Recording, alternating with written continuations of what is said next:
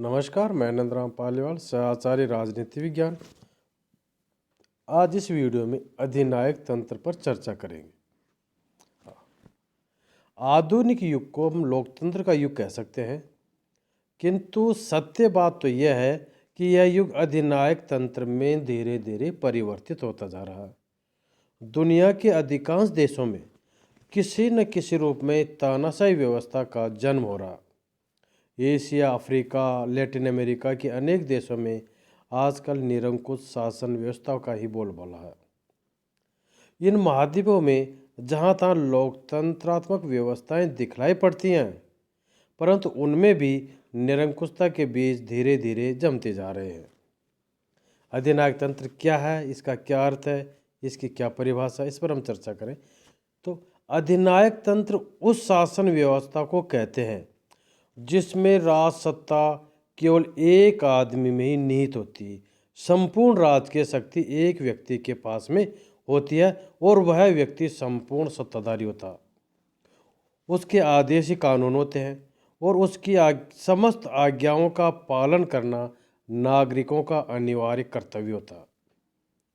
Alfred carbon ने भी कहा है कि अधिनायक तंत्र उस एक व्यक्ति का शासन होता है जिसने अपना पद मुख्यतः उत्तराधिकार के रूप में प्राप्त नहीं किया हो, अपितु बल प्रयोग तथा जन सहमति से और साधारणतः दोनों के योग से प्राप्त किया हो।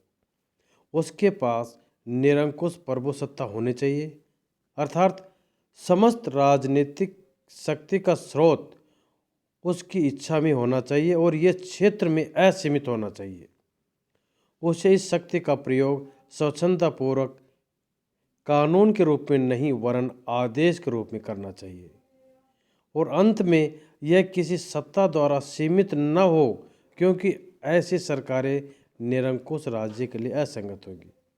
वस्तुतः अधिनायक तंत्र से ऐसे स्वेच्छाचारी शासन का बोध होता है जो स्वेच्छाचारी शासक होने के साथ साथ अत्याचारी भी होता है। अधिनायक तंत्र के प्रकार। प्रमुख रूप से अधिनायक तंत्र के दो प्रकार होते हैं, जिनमें से पहला एक है प्राचीन अधिनायक तंत्र और दूसरा आधुनिक अधिनायक तंत्र। प्राचीन अधिनायक तंत्र प्राचीन समय में ऐसी व्यवस्था या तो विशेष संकटों का सफलता से मुकाबला करने के लिए या लोक कल्याण के लक्ष्यों को शीघ्रता से प्राप्त करने के लिए अपनाई जाती थी। रोमन साम्राज्य में संकट के समय वह कानून और व्यवस्था बनाए रखने के लिए कभी कभी विशेष अधिकारियों की नियुक्ति की जाती थी। संकट का सामना करने के लिए इन अधिकारियों को विशिष्ट शक्तियाँ दी जाती थी और इन्हें अधिनायक कहा जाता था। इन्हें अधिनायक के नाम से इसलिए पुकारा जाता था क्योंकि उन्हें आदेश देने की असीम शक्तियाँ थी। रोम में अधिनायक को संकट का सामना करने के लिए सर्वोच्च शक्तियाँ सौंपी जाती थी। संकट समाप्त होने पर अधिनायक का पद भी समाप्त हो जाता था। इस प्रकार रोमन अधिनायक तंत्र एक अस्थायी प्रयोग हुआ करता था। अधिनायक का कानूनी विधि चुनाव होता था तथा वह अत्याचारी न बन जाए, इसलिए उस पर कानूनी मर्यादाएं भी रहती थी और उसके कुछ लक्षण थे कि अधिनायक वाद पर कानूनी नियंत्रण रहता था, वो निरंकुश और अत्याचारी नहीं होता था और उसकी स्थापना लोक कल्याण के लिए की जाती थी। उसका मुख्य लक्ष्य होता था कि वह लोक कल्याण के लिए कार्य करेगा और इस प्रकार उस अधिनायकवाद को वैधता प्राप्त होती थी। अधिनायक उत्तरदायी होता था। समस्त शक्तियाँ अधिनायक में निहित थी।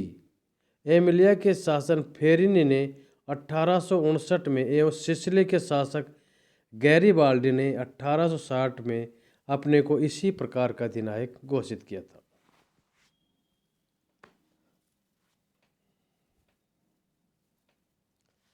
दूसरा अर्वाचीन अधिनायक तंत्र या आधुनिक अधिनायक तंत्र। आधुनिक समय में अधिनायक तंत्र से स्वेच्छाचारी व अत्याचारी शासन का बोध होता है। इसमें राज सत्ता एक व्यक्ति में निहित होती है और वह शासन सत्ताधारी व्यक्ति की इच्छा के अनुसार ही चलता है। ऐसे अधिनायक पर किसी प्रकार का कोई अंकुश नहीं होता है। आधुनिक अधिनायकों को राष्ट्रीय संकट के समय नहीं चुना जाता, वरन वे तो प्राय आकस्मिक राज्य क्रांति के फलस्वरूप शक्ति प्राप्त कर लेते हैं। उनकी राजनीतिक स्थिति का आधार शक्ति और बल प्रयोग होता है और न वे किसी के प्रति उत्तरदायी होते हैं। अधिनायक तंत्र में राज्य की संपूर्ण शक्ति एक ही व्यक्ति में निहित होती है और वह स्वयं को राज्य का मूर्त समझता है। इस प्रकार हम ये कह सकते हैं कि जो प्राचीन अधिनायक तंत्र था उसका लक्ष्य लोक कल्याण होता था। वह किसी भी राष्ट्रीय संकट का सामना करने के लिए और जनता का तीव्र गति से विकास करने के लिए किसी अधिनायक की उत्पत्ति की जाती थी और उसको शासन शक्ति सौंपी जाती थी, और जैसे ही वो संकट टला वह अधिनायक का पद समाप्त हो जाता था। और उस प्राचीन अधिनायक तंत्र में अधिनायक था वो उत्तरदायी भी होता था। लेकिन जो आधुनिक अधिनायक तंत्र है ये किसी के प्रति उत्तरदायी नहीं होता, न ही इसकी स्थापना किन्हीं राष्ट्रीय संकटों को दूर करने के लिए की जाती है।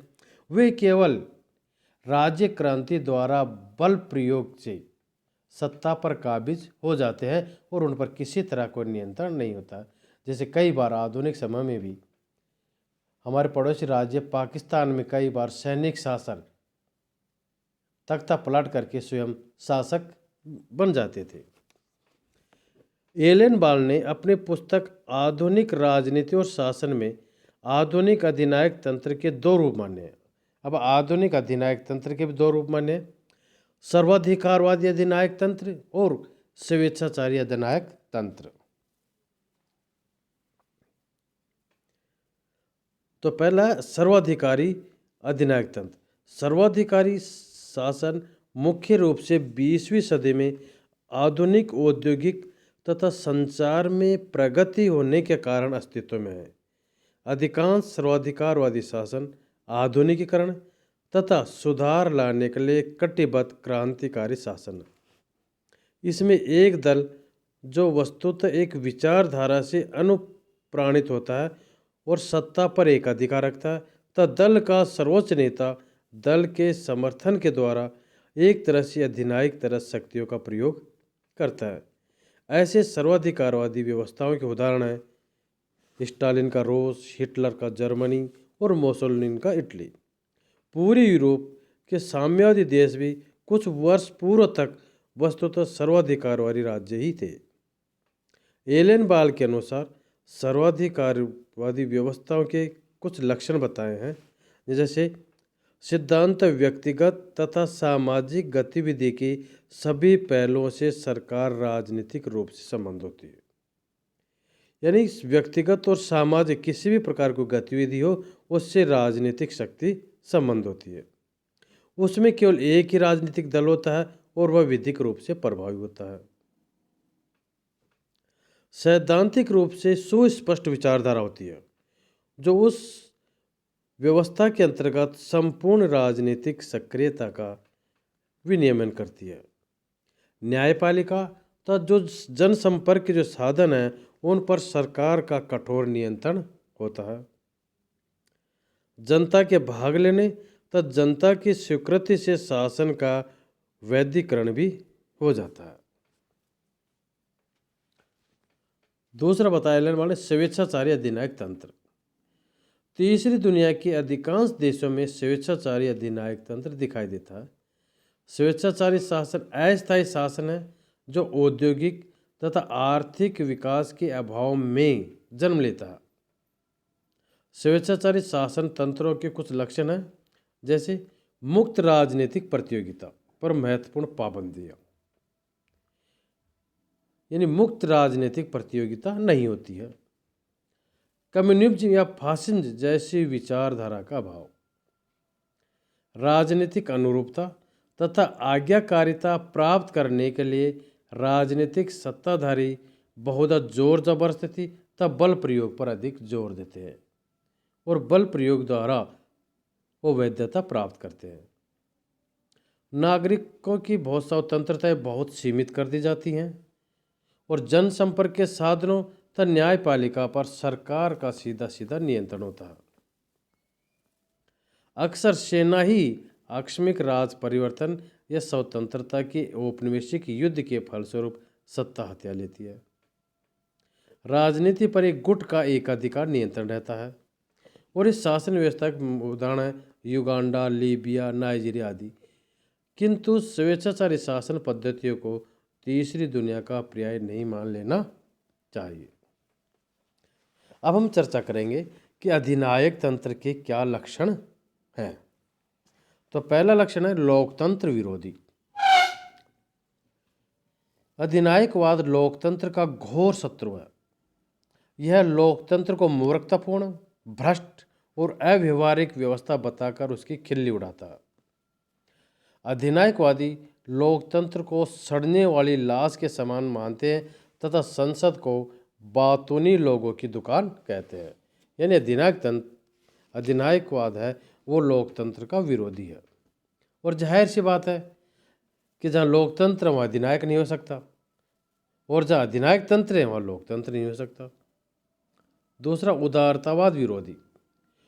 कोकर का कहना है कि अधिनायक तंत्र स्वतंत्रता, समानता, बंधुत्व जैसे उदारवादी अभिव्यक्तियों का विरोधी है। अधिनायकवाद का केवल एक ही नारा है, आदेश, अनुशासन और सत्ता, जबकि उदारतावाद स्वतंत्रता, समानता तथा अधिकार पर बल देता है। अगला हिंसा व शक्ति में विश्वास। अधिनायक तंत्र शक्ति के सिद्धांत में विश्वास रखता है। कार्ले के अनुसार अधिनायकवाद का उदय ही युद्धों से होता है तथा युद्ध से ही उसका विकास होता है। यानी जन्म भी अधिनायकवाद का जन्म भी युद्ध से होता है और उसका विकास भी युद्ध के द्वारा ही होता है। तानाशाही को अत्यधिक महत्व। तानाशाही व्यवस्था में राज्य सर्वस्व होता। मुसोलिनी कहते थे राज्य केवल राजनीतिक संस्था मात्र नहीं है, राज्य एक आध्यात्मिक तथा नैतिक तथ्य है, वह जनता की आत्मा का रक्षक है। मुसोलिनी यह भी कहता था कि प्रत्येक वस्तु तथा प्रत्येक व्यक्ति राज्य के अंतर्गत एवं राज्य के लिए है, सभी राज्य के लिए है। राज्य के बाहर ये राज्य के विरुद्ध कोई हो ही नहीं सकता। राज्य को प्रत्येक क्षेत्र में सब व्यक्तियों पर निरंकुश प्रभुसत्ता प्राप्त होती है। व्यक्तिगत स्वतंत्रता का विरोधी। अधिनायक तंत्र व्यक्तिगत स्वतंत्रता का घोर विरोधी है। अधिनायकवाद राज्य व्यक्ति के जीवन के सभी पहलुओं पर नियंत्रण रखता है। तानाशाही में स्वतंत्रता का अर्थ है राज्य के आदेश और अनुशासन का पालन करना। उग्र राष्ट्रवाद। अधिनायकवाद का उग्र राष्ट्रवाद में विश्वास करता है। यह राष्ट्र की महानता को कल्पित धारणा मान लेता है।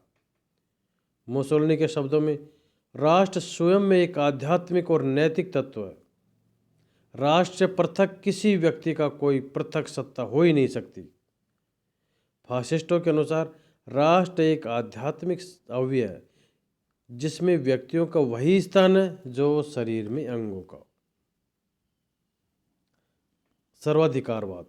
अधिनायक तंत्र सर्वाधिकारवादी है। यह राष्ट्रीय जीवन के प्रत्येक क्षेत्र को नियंत्रित करने का प्रयास करता है। इस प्रणाली के अंतर्गत क्या समाज, क्या धर्म, क्या परिवार, सभी पर राज्य का नियंत्रण रहता है। प्रत्येक सामाजिक संगठन सत्तारूढ़ दल की नीतियों के प्रचार का एक सक्रिय माध्यम बन जाता है। अब आखिरी में एक दलीय शासन। अधिनायक तंत्र एक दलीय व्यवस्था पर आधारित होता है। इसमें एक दल की तानाशाही रहती है। इसके अंतर्गत अन्य राजनीतिक दलों का दमन कर दिया जाता है, या दूसरे शब्दों में हम यूँ कह सकते हैं कि अधिनायक तंत्र किसी भी प्रकार का राजनीतिक विरोध सहन नहीं कर सकता। भारतीय विद्वान डॉक्टर बेनी प्रसाद ने अधिनायक तंत्र के 4 लक्षण बताए हैं। यह प्रत्यक्ष अथवा परोक्ष रूप से सैनिकवाद की उपज है। इसमें नेता अपने को राष्ट्रीय एकता तथा भावनाओं का प्रतीक मानता है और प्राय इसकी एक विशिष्ट सामाजिक विचारधारा होती है। तीसरा तत्व है, यह आंतरिक दशाओं को सुधारने के स्थान पर युद्ध की ओर जनता का ध्यान केंद्रित करता है। चौथा, आंतरिक विद्रोह को दृढ़ता के साथ दबा देता है। धन्यवाद।